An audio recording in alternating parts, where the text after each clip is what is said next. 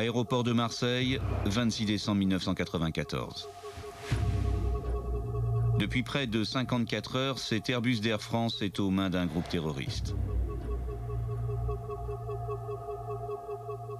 À bord, la vie des 233 passagers et membres d'équipage dépend du bon vouloir des 4 pirates de l'air, membres du groupe islamiste armé en Algérie. Persuadé que l'objectif final est un attentat sur Paris, le gouvernement français lance les hommes du GIGN à l'assaut de l'appareil. Une intervention unique dans l'histoire est décidée au plus haut niveau de l'État. 7 ans avant la tragédie du 11 septembre 2001, voici l'histoire du vol Air France 89-69.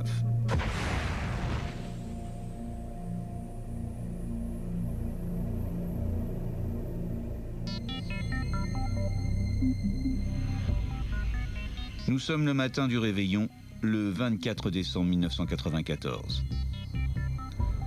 Le vol régulier d'Air France sur Alger s'apprête à atterrir. L'avion est un Airbus A300, un gros porteur moyen courrier piloté par un équipage de 3 hommes. Confirmé. En 1994, l'Algérie est la proie d'un terrorisme meurtrier. Et à chaque atterrissage, l'équipage est toujours un peu nerveux. Face à un éventuel tir de missile, un avion de ligne est terriblement vulnérable. Les vols sur Alger ne sont faits que par des volontaires parce qu'on connaît la menace terroriste, on en a tous conscience, on a accepté ce risque. En fait, Air France a demandé à l'État français, son actionnaire, le droit de suspendre les vols sur Alger. Une demande restée sans réponse. 100 pieds, 50 pieds, 20 pieds.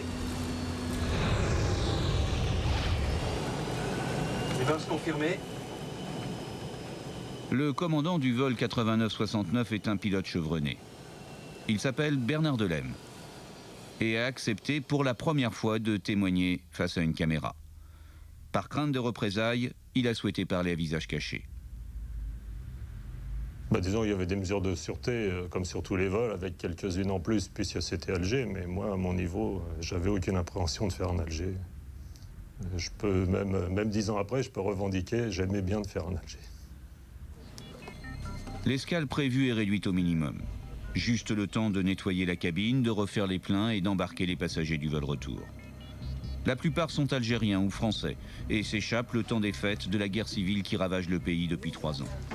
En 1992, pour contrer les islamistes vainqueurs des élections, les militaires ont pris le pouvoir. Dès lors, l'Algérie a sombré dans le terrorisme aveugle et la barbarie quotidienne. Comme tous les ans, j'avais décidé de venir passer les fêtes en France. Et j'avais un cousin avec moi. J'étais chef de cabine à Air Algérie et je ne pouvais pas prendre notre vol qu'Air Algérie normalement. Et arrivé à l'aéroport, il n'y avait plus de place, l'avion était complet. Entre-temps, un agent d'escale d'Air France m'a proposé de prendre le vol sur Air France. Ça m'a arrangé. J'étais sûre de partir au moins. L'embarquement est presque terminé. Quand, soudain, 4 hommes armés se présentent à la porte avant de l'avion. Allez en arrière. Dans un premier temps, l'équipage ne s'inquiète pas.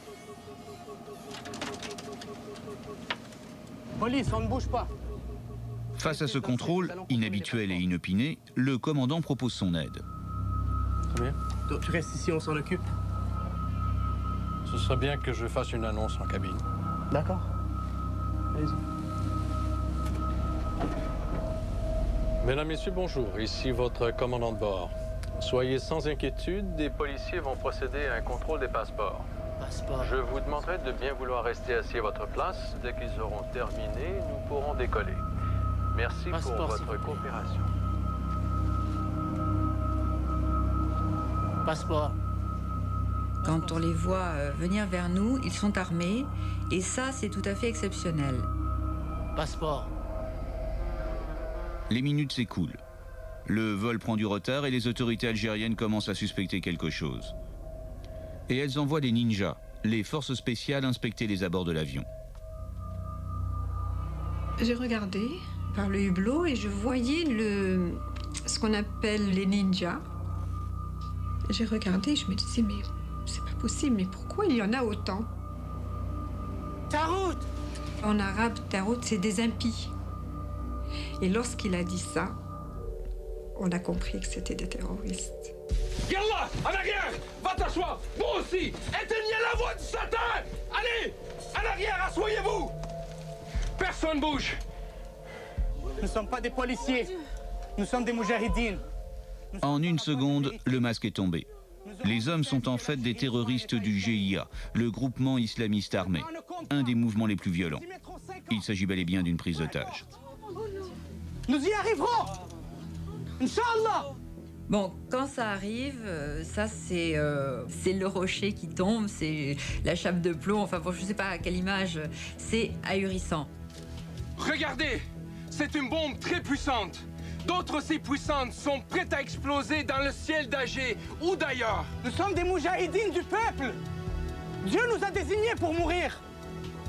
N'ayez aucune crainte. Dieu nous accueille tous dans son vaste paradis. Le chef est un homme de 25 ans, nommé Yahya.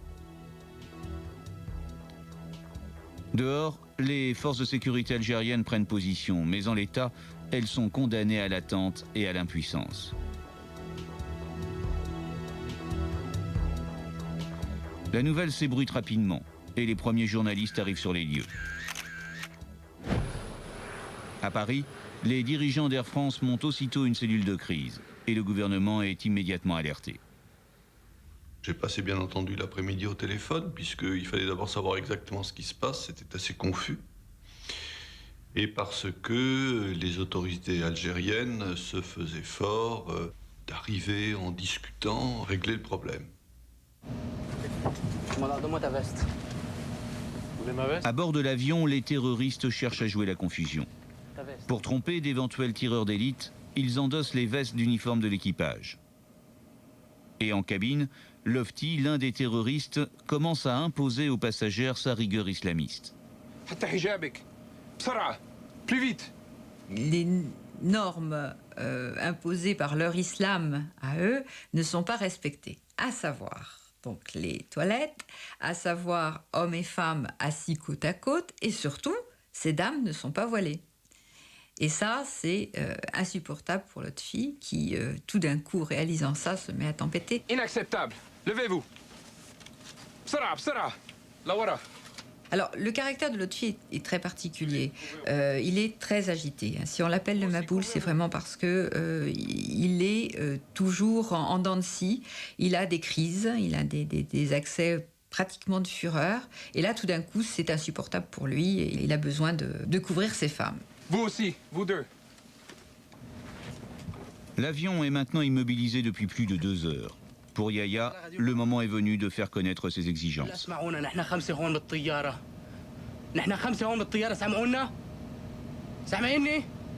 Qu'est-ce qui se passe, commandant? Ça marche pas, là, ils m'entendent pas? Il n'a rien entendu parce que vous parlez à deux en même temps. Il faut recommencer. Toi, dis-leur, dis-leur. Air France 8969. Qu'est-ce que vous voulez que je leur dise? Les terroristes exigent la libération des 2 chefs emprisonnés du Front islamique du salut. Ils veulent les embarquer à bord de l'avion et décoller pour Paris. Côté algérien, la réponse est catégorique, c'est non. Pas question de relâcher les responsables du fils. Quant à un décollage, il est pour l'instant matériellement impossible.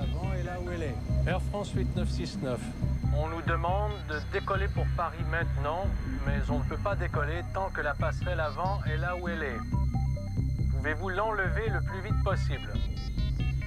Je répète, ils sont... La tension monte rapidement. L'ivresse des premiers instants se dissipe.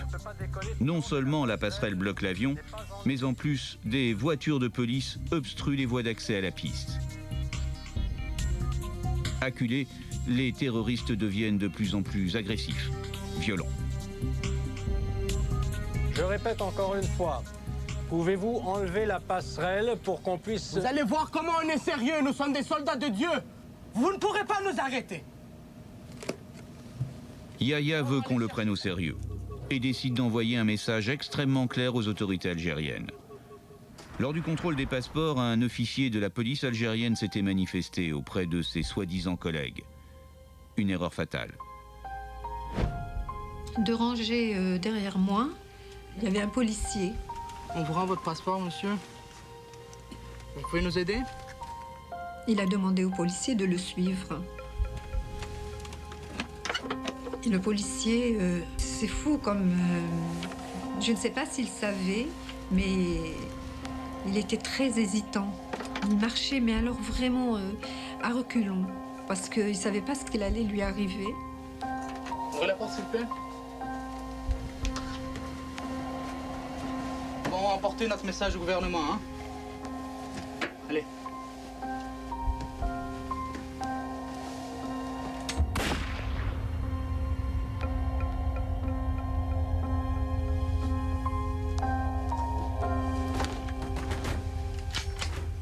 Seuls les passagers assis à proximité de la porte comprennent que l'homme vient d'être exécuté.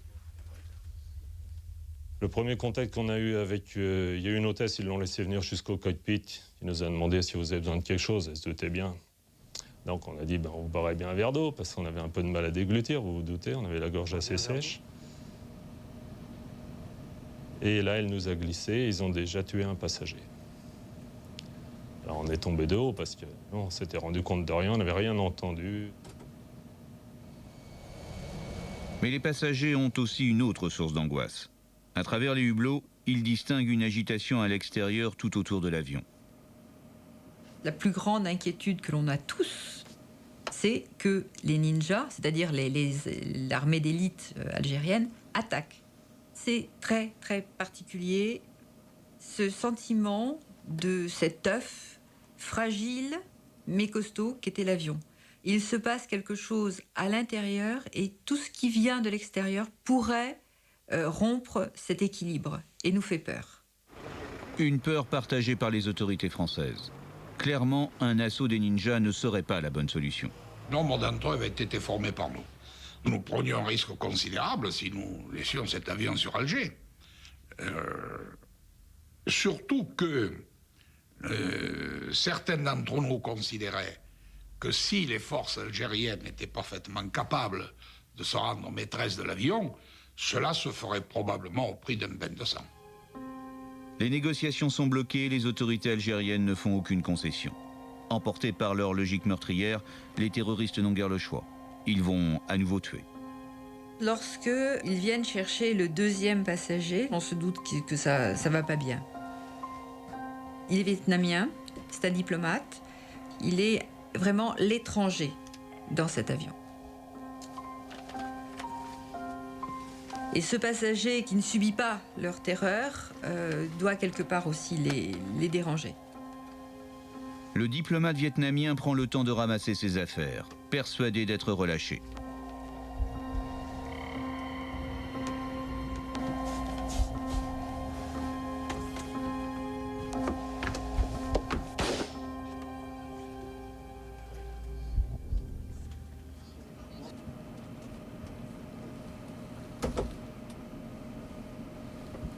Elle est revenue avec une bouteille d'eau et des verres, elle nous a servi, elle nous a glissé, c'est pas un, c'est 2.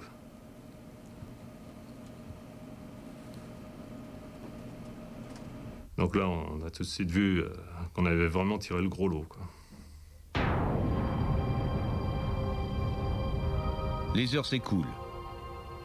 Et au fil du temps, les passagers et l'équipage commencent à deviner la personnalité de chacun des 4 terroristes. Pour simplifier les choses, on a donné des surnoms. Yaya a donné son nom tout de suite, donc c'était clair. Le chef, c'est Yaya. Il ressemble un peu à un étudiant. Il est assez charmeur. Il a l'air très posé, sauf quand il se met en colère. Et là, il pique des colères vraiment très tonitruantes. Et l'autre fille, qui est le Maboul, celui qui fait respecter leurs lois, celui qui a des principes très durs, très intégriste. Il a déjà fait de la prison, il a été torturé, il a une haine du gouvernement, il a une haine tout court. C'est quelqu'un qui est vraiment dangereux et qui a un comportement de psychopathe. Le troisième, qui n'a pas de nom, nous on l'appelle Bill, il fait un petit peu simplet. On se demande un peu ce qu'il fait là, et visiblement lui aussi se demande ce qu'il fait là, quoi. Il est pas... C'est une erreur de casting, quoi. Il fait plus gardien de chèvre que terroriste. Et puis il y a le dernier, c'est le tueur. C'est celui qui tire et nettoie son arme, apparemment sans aucun sentiment, avec un détachement. On se demande s'il réalise bien ce qu'il fait. Un homme froid, glacial mais capable de gestes troublants, mêlant mysticisme et terreur. Le plus grand, celui qui tuait, venait régulièrement. Quand nous nous croisions dans l'avion, il me prenait la nuque et il me faisait un baiser sur le front.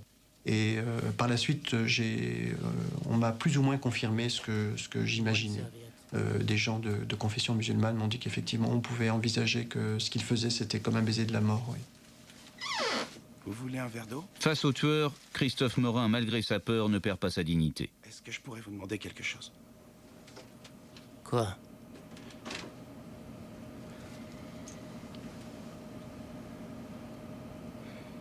Si vous me tuez, si vous faites ça, je veux que vous me promettiez quelque chose. Je ne veux pas être tué d'une balle dans le dos. Parce que je veux voir votre visage en face de moi quand je mourrai. Mais pourquoi tu as peur?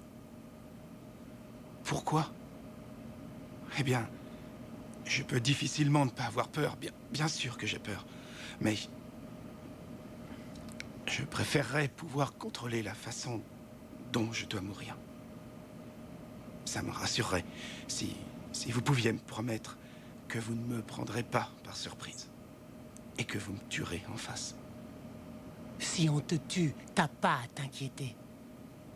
Tu seras un martyr. Tu iras droit au paradis.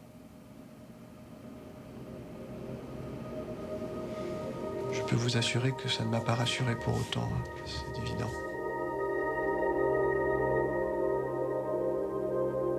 Depuis maintenant plus de 6 heures, la situation est totalement bloquée à Alger. À Paris, on s'impatiente. La France a proposé l'intervention du GIGN, mais l'Algérie a refusé.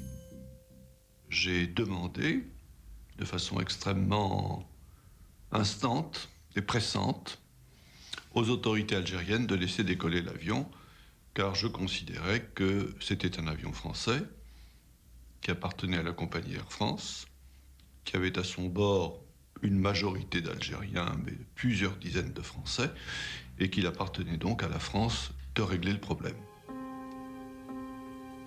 La demande reste sans écho alors que la nuit tombe sur Alger.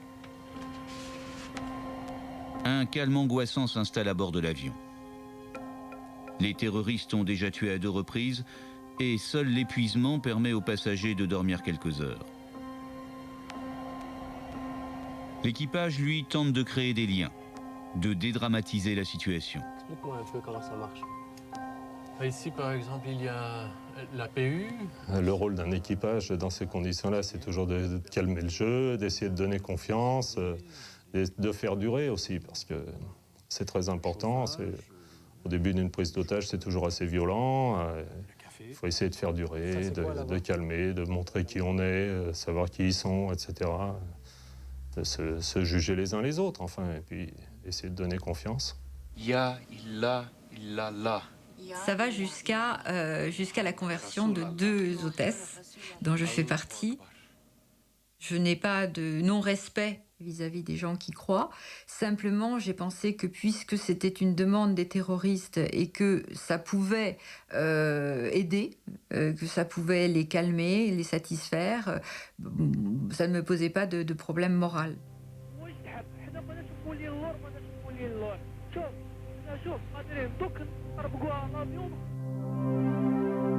Au cœur de la nuit de Noël, Yahya poursuit ses négociations. Mais le gouvernement algérien ne cède sur rien. La situation est totalement bloquée et l'heure est à l'attente. C'était quand même assez calme. Moi, j'ai fait un tour en cabine vers, je dirais, vers les 2 heures du matin.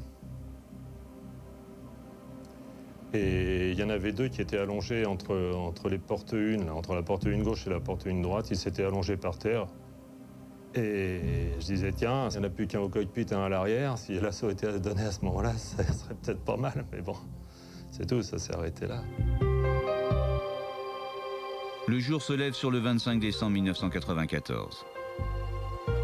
La prise d'otage dure depuis plus de 20 heures. Et ce matin, c'est Noël.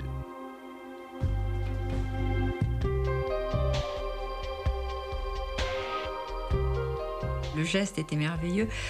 Il y en a un qu'on a appelé Papillot, parce qu'il a dit « Vous avez assez travaillé, c'est moi qui vais distribuer l'eau ». Et il a pris des bouteilles d'eau et des verres, il est passé, il a servi les autres passagers. Les passagers ont participé. C'est pour dire que le fait de manger, le fait de retrouver des actions naturelles, crée tout de suite un climat beaucoup moins stressant, beaucoup moins dramatique que lorsqu'on est là simplement dans l'attente. Puisque de toute façon, on ne peut pas se rebeller. On ne peut rien faire. Durant la nuit, la France a envoyé le GIGN sur l'île de Majorque, le plus près possible d'Alger, sans risquer un incident diplomatique pour cause d'ingérence. À l'époque, le colonel Favier commandait le GIGN. Aujourd'hui, des menaces de mort l'empêchent de s'exprimer à visage découvert. La décision qui est prise, c'est d'envoyer donc le GIGN à Majorque et un appareil d'Air France en tout point identique à celui qui est détourné et un équipage particulièrement qualifié qui connaît au plan technique exactement toutes les potentialités de l'aéronef. Durant le vol, le colonel Favier et ses hommes vont se familiariser avec l'avion, au point de connaître les moindres détails de l'Airbus A300. Ils sont prêts à un éventuel assaut. Pendant ce temps, à Alger, les terroristes ont fait preuve de clémence en relâchant 33 otages, des malades ou des femmes avec des enfants. Mais il reste encore 178 personnes à bord, dont une très large majorité d'Algériens.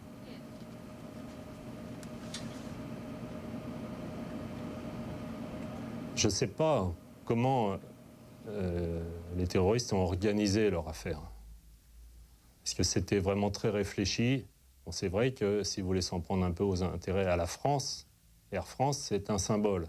Mais peut-être ils ne s'attendaient pas à ce que dans un avion d'Air France, à Alger, il y ait autant de passagers algériens.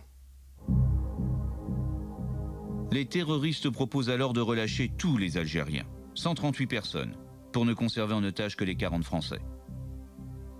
Contre toute attente, les Algériens à qui ils proposent la liberté refusent de partir. Et tout le monde reste à bord. C'est vrai qu'à Alger, ils ont voulu libérer des passagers qui ont refusé de descendre.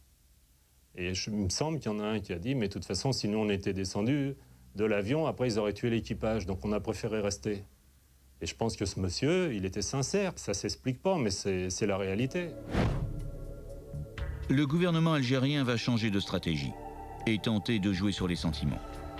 Les autorités établissent une communication radio avec la mère de Yahya, le chef du groupe. Mais l'effet obtenu n'est pas celui escompté. Je comprends que tu veux de mon bien. Maman, je t'aime. Je t'en supplie, ne tue pas ces gens. Mais j'aime Dieu plus que tout.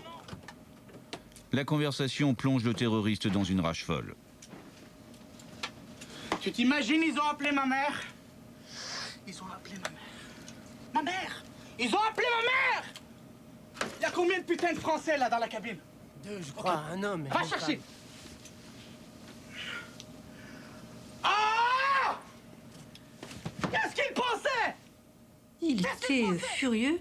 Il n'avait pas l'intention de revenir sur sa décision. De toutes les façons, même l'amour de sa mère, même sa mère ne pouvait rien. Jusqu'à présent, les terroristes n'ont fait aucune victime française. Mais cette fois, Yahya décide de changer de registre. 2 membres du personnel de l'ambassade de France sont présents à bord. Le chef des cuisines et une secrétaire. Ok, maintenant on en a marre. C'est notre ultimatum. Tu vas leur dire que s'ils ne nous laissent pas partir, je vais tuer un passager toutes les demi-heures. Vas-y, dis-leur! Je m'appelle Yannick Beunier, je travaille à l'ambassade. Et notre vie est menacée. Si vous ne faites rien, ils vont nous exécuter. Il faut absolument faire quelque chose. Et le plus rapidement possible. On n'en a rien rien foutre de vous. Nous sommes les soldats de la miséricorde. Vous pouvez venir le ramasser. Dehors, on va le tuer, on va le jeter de la porte, hein.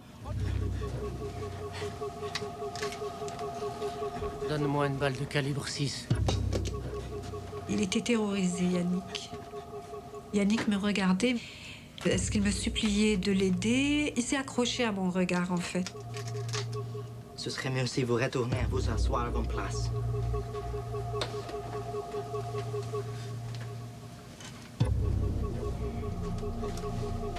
Et puis moi, je me disais, non, c'est pas possible, ça peut pas se passer comme ça, c'est pas possible. Qu'est-ce qui se passe?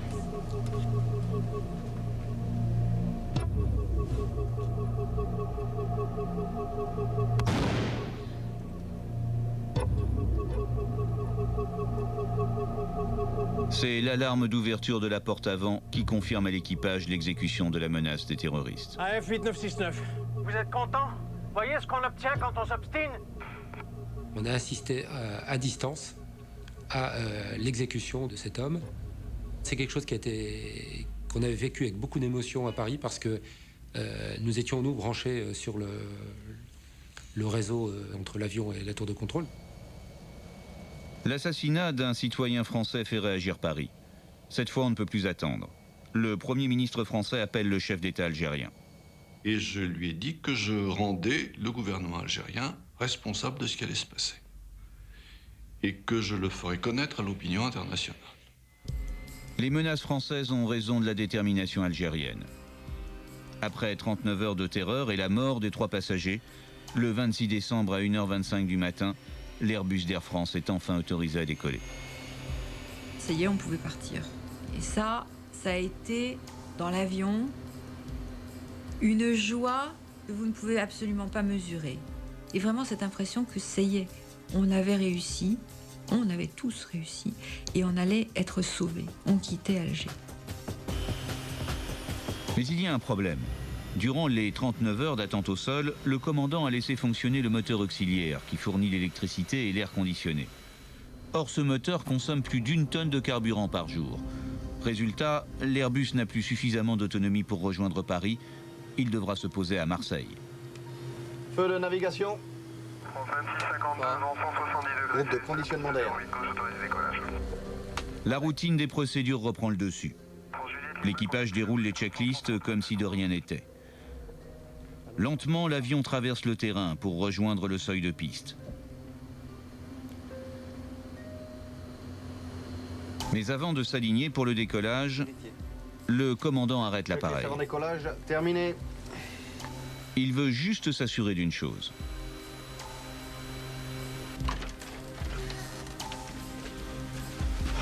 Qu'est-ce qu'il y a? Qu'est-ce qu'il y a?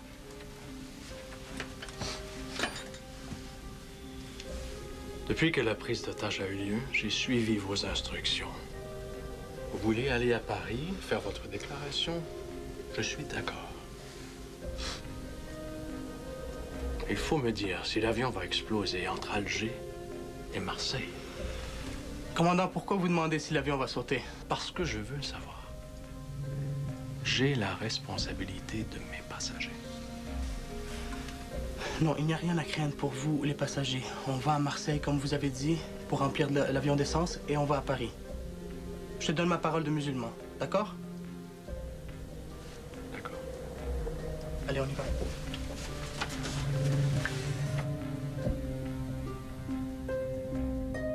Moi, je les ai crus. Quand il m'a dit que l'avion ne sauterait pas entre Alger et Marseille, je ne sais pas s'il m'aurait répondu de la même façon. Hein, entre Marseille et Paris, je ne sais pas. Quand quelqu'un a des explosifs, c'est pas pour mettre sur un gâteau d'anniversaire. Rotation. On a 2 terroristes sanglés au poste de pilotage qui sont comme des gamins. Hein. C'est leur premier vol, c'est la première fois qu'ils prennent l'avion. Excités, joyeux. En plus, ils ont réussi. À 3h du matin, le 26 décembre, l'Airbus d'Air France entame son approche sur l'aéroport de Marseille. Au sol, les hommes du GIGN revenus de Majorque sont déjà en position. général, on arrive sur un terrain qui est tenu par l'adversaire. Et là, c'est l'adversaire qui arrive sur un terrain qu'on maîtrise parfaitement. Et ça, c'est un élément clé qui est sans doute pour une part essentielle dans la réussite globale de l'opération. 100 pieds, 50 pieds, 20 pieds. Pour les terroristes, c'est le moment magique. On se pose en France. On va faire du fioul. On va refaire des provisions pour repartir, pour aller à Paris, puisque c'est le but. Nous étions en France avec les gens qui étaient en charge de cette affaire. Donc, quelque part, c'était rassurant, oui. L'aéroport est très sombre. On ne voit rien. Bon, il y a les phares de l'avion. Il y a la petite voiture, le Follow Me, on suit. Et on ne va pas à l'aérogare. L'avion est délibérément stationné sur une aire isolée. Du côté français, la tension est forte. Le gouvernement a reçu des informations inquiétantes. Pendant que l'avion faisait route vers la France, nous avions une autre information qui nous était parvenue. Selon cette information, les terroristes projetaient d'utiliser l'avion pour commettre un attentat sur Paris. L'information était suffisamment crédible pour qu'on prenne ça très au sérieux. Et la décision a donc été prise de toute façon que quoi qu'il arrive, l'avion ne redécollerait pas de Marseille. Quel que soit le prix à payer, l'avion ne redécollerait pas de Marseille. Dès lors qu'il est arrivé à Marseille, nous avons prépositionné le GIGN que nous avons fait revenir en toute hâte. Nous avions choisi un endroit bien précis pour que l'avion soit mis au parking à cet endroit. Et puis ensuite, nous avons pris un certain nombre de dispositions pour gagner du temps.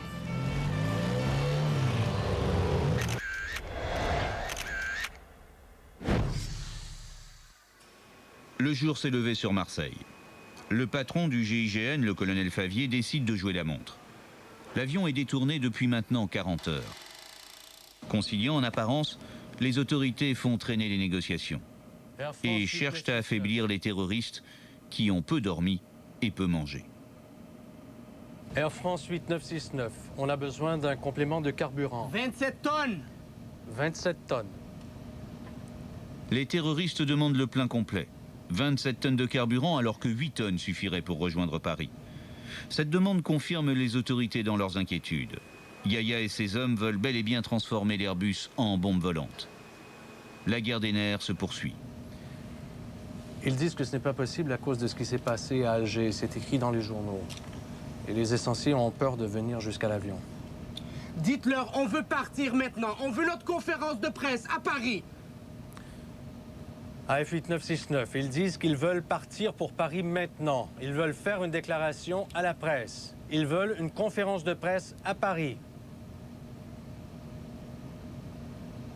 Ils se demandent pourquoi aller à Paris alors que toute la presse internationale est ici. C'est pas la peine d'aller à Paris.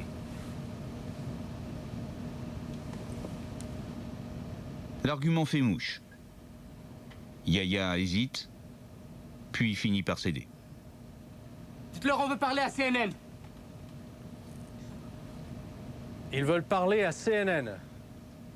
Les terroristes acceptent l'idée d'organiser une conférence de presse internationale à bord de l'avion.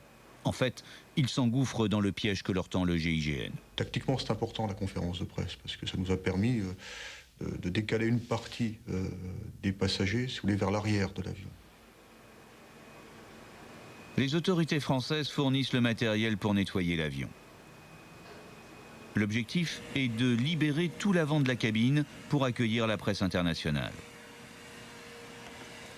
En fait, il s'agit surtout de dégager la zone avant de l'avion pour une éventuelle intervention du GIGN. Ils arrivent? Pas encore. L'avion est à Marseille depuis près de 12 heures. Le GIGN essaye de collecter le maximum d'informations sur la situation à bord, mais la tâche est difficile. Les hommes du colonel Favier attendent maintenant la tombée de la nuit pour pouvoir bénéficier de l'obscurité.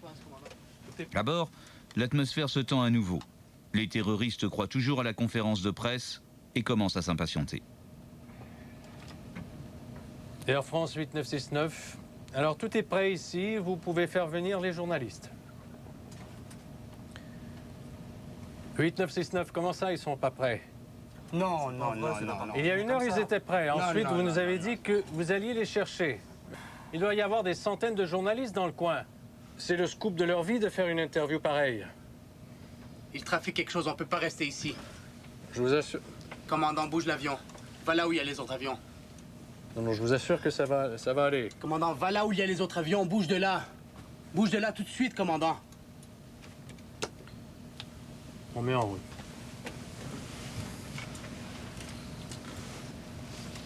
Cette fois-ci, c'est Yahya qui marque un point en semant le désordre dans les plans du GIGN. Tactiquement pour nous, c'est une situation qui est très gênante, parce que notre dispositif est bâti autour d'un aéronef stationné sur un point A, et que maintenant il se trouve sur un point B. Donc il faut remanier de manière très rapide le dispositif. Les terroristes forcent le commandant de l'EM à stationner l'Airbus au pied de la tour de contrôle, juste devant le terminal passager. Dis-leur maintenant, c'est terminé. C'est trop tard pour la conférence de presse. Elle aurait dû déjà avoir lieu. Dis-leur de remplir le carburant, ils ont jusqu'à 17h. À 5h, on s'en va, on décolle. Tu leur dis, commandant. J'en ai marre, là. Allez. Air France 8969. En catastrophe, les hommes du GIGN se repositionnent. Les tireurs d'élite s'installent sur le toit de l'aérogare. Le colonel Favier doit aussi rebâtir une nouvelle stratégie. Cette fois, il opte pour l'attaque éclair. Une charge de cavalerie réalisée avec des passerelles d'embarquement. 3 passerelles et 30 hommes. Le schéma tactique est le suivant, une pénétration par 2 portes arrière, avec 2 fois 11 hommes sur les portes arrière, latérales droite et gauche, et une pénétration avec une équipe réduite de 8 hommes au niveau de la porte avant droite pour s'emparer du cockpit, tant on sait qu'il est vrai que le chef du commando est dans ce cockpit, et que notre intention est de couper le cockpit du reste de l'avion. L'ultimatum de 17h expire et aucun camion de carburant n'est à l'horizon. 5h arrive. Et là, c'est le moment où Yahya doit faire quelque chose.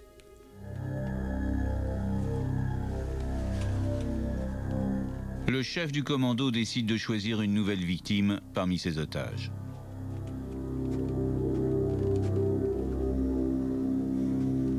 Il choisit un membre d'équipage, le plus jeune, le plus étranger, et qui a fait l'erreur de lui dire qu'il était athée.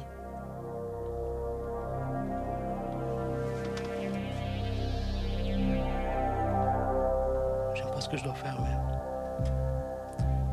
j'ai pas le choix.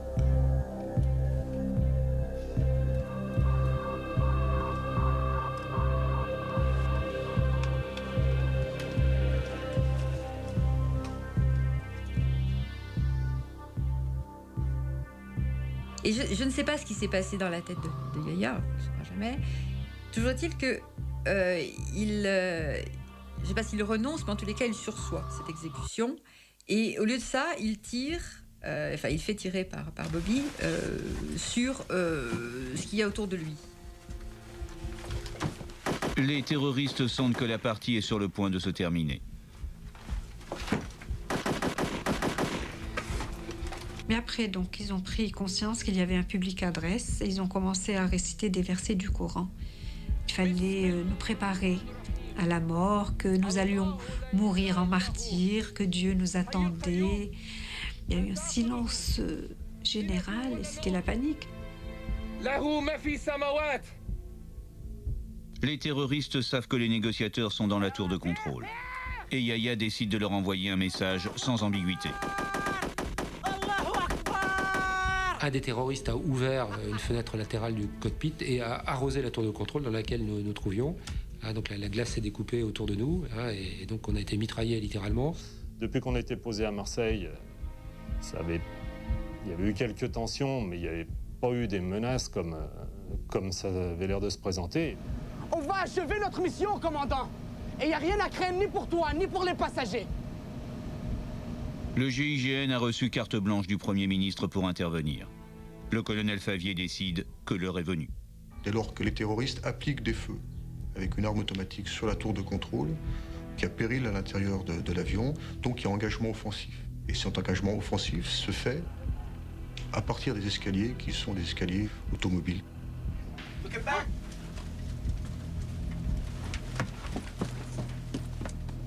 Les tarots arrivent, les tarots arrivent. Et à ce moment-là, tout le monde a compris, eux comme nous, que c'était le début de l'assaut. L'assaut est lancé sous l'objectif des caméras de la toute jeune télévision LCI, qui réalise là son premier scoop. Donc nous sommes 8 sur cette passerelle avant-droite.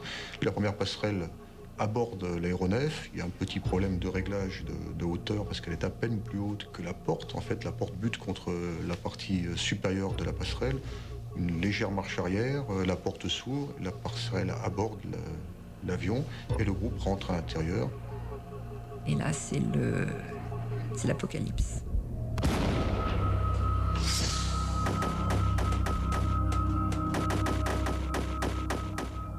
Et là, le groupe qui rentre est pris sous un déluge de feu, appliqué par les terroristes qui tirent sur tout ce qui rentre, donc et appliquent des feux extrêmement meurtriers.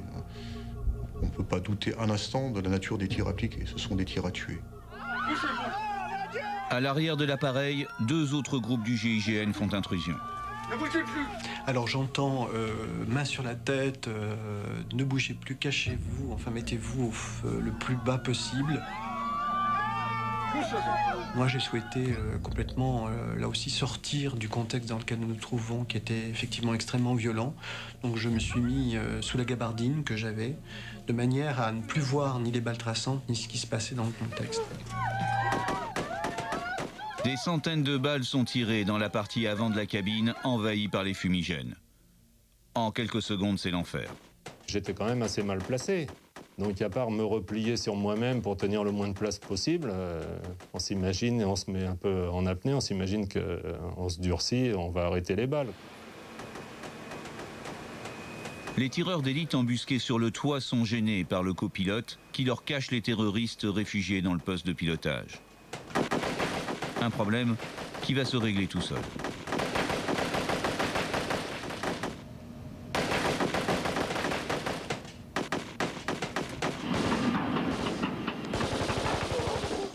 Jean-Paul Borderie fait une chute de 6 mètres et se blesse sérieusement. Malgré une fracture à la hanche et une jambe cassée, il réussit pourtant à s'éloigner pour se mettre en sécurité. Pour les tireurs d'élite, le champ de tir est maintenant dégagé.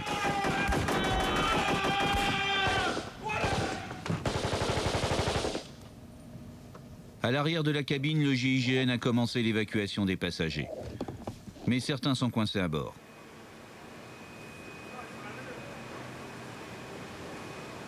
J'ai essayé d'emmener avec moi une dame, une passagère qui était assise à côté de moi, mais étant trop forte, elle ne pouvait pas. Donc on s'est tenu la main. En moins de 6 minutes, la quasi-totalité des passagers est évacuée.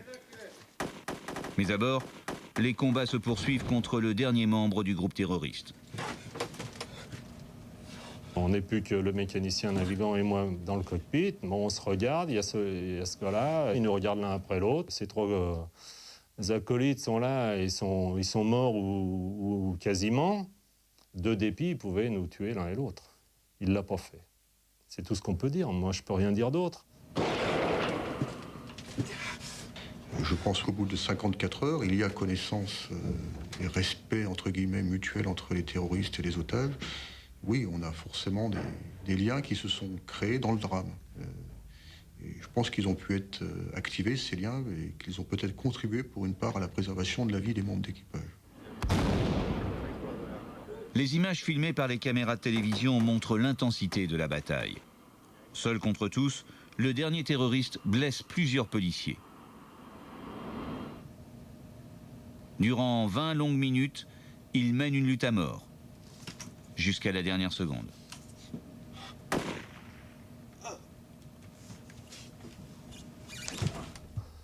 Bon, on se regarde avec le mécanicien. On savait très bien dans quelle situation on était. Tant que ça tirait, on savait bien qu'on risquait de mourir. Une fois que c'est fini, où on croit que c'est fini et on dit ça y est, c'est bon, c'est terminé. Mais ce n'est pas tout à fait terminé. Le GIGN ignore le nombre exact de terroristes. Et il n'est pas certain d'avoir neutralisé tous les membres du commando. Les hommes du colonel Favier avancent prudemment dans l'appareil. Et pour l'instant, toute personne vivante est à leurs yeux un suspect.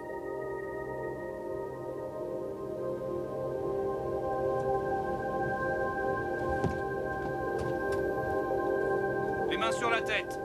Sortez. Je suis le commandant de bord.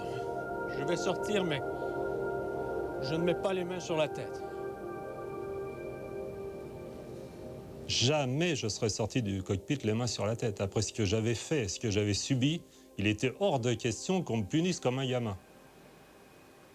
Quand on a vu Bernard et Alain sortir de l'avion, on n'y croyait pas. Et alors Alain était en plus menotté, il avait la chemise en sang, il était menotté et il disait « je suis sourd ». Mais nous on lui disait « mais t'es vivant ». Et on a dit « mais c'est notre mécanicien, mais détachez-le ». Enfin c'était incroyable. La bataille rangée a duré plus de 20 minutes, à coups de grenades, de rafales d'armes automatiques et de tirs de précision. Et sur les 177 otages, passagers et membres d'équipage, tous ont survécu. Le commandant de l'EM s'en est sorti avec 2 blessures par balle au coude droit et à la cuisse. L'équipage, lui, avait une responsabilité particulière. Il avait le devoir de sauver les otages et il avait le devoir de sauvegarder l'avion. L'équipage en général et le commandant de bord en particulier, ils ont été tout à fait à la hauteur de la situation. Sur les 30 hommes engagés par le GIGN, 9 ont été blessés, dont un gravement. Quand on a fait le point de la nature des blessures des membres du GIGN, et quand j'ai pu constater qu'aucun n'était mortellement touché, quand on a pu mesurer ça, on peut considérer que l'opération est terminée et que globalement, elle se traduit par un succès.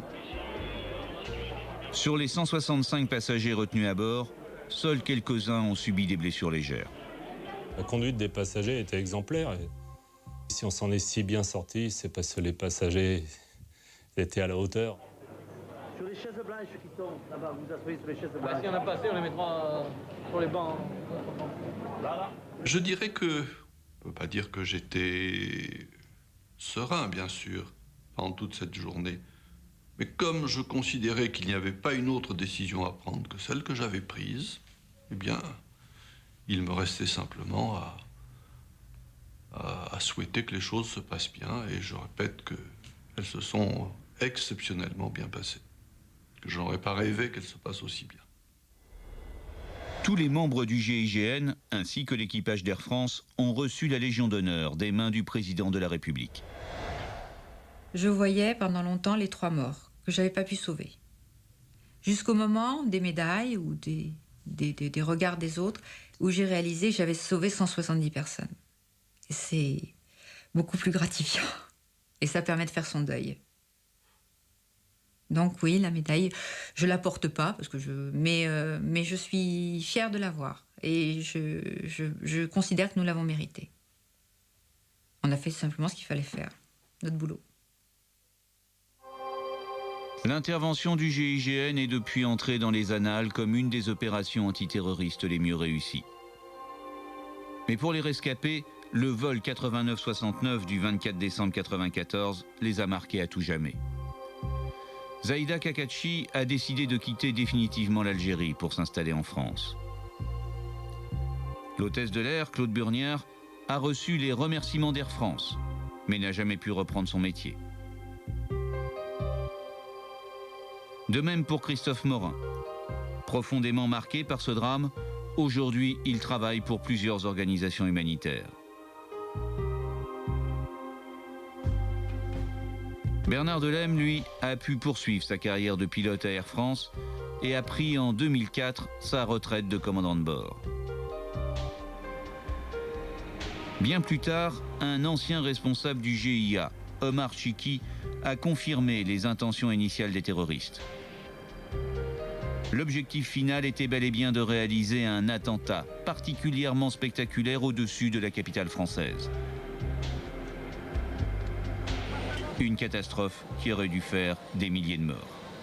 J'étais convaincu du fait que les terroristes voulaient jeter cet avion sur Paris. Ben pour eux, c'était extraordinaire.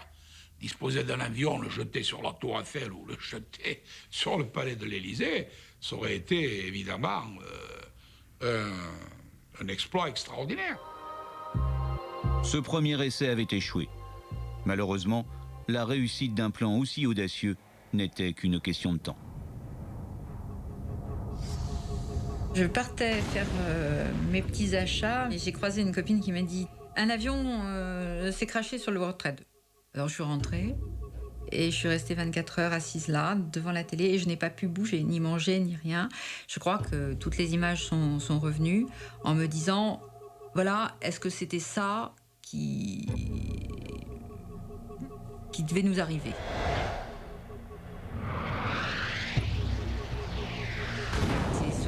Le vertige de me dire on avait des apprentis terroristes, nous, des petits gars qui ne savaient pas très bien, et voilà, ils ont tiré toutes les bonnes leçons.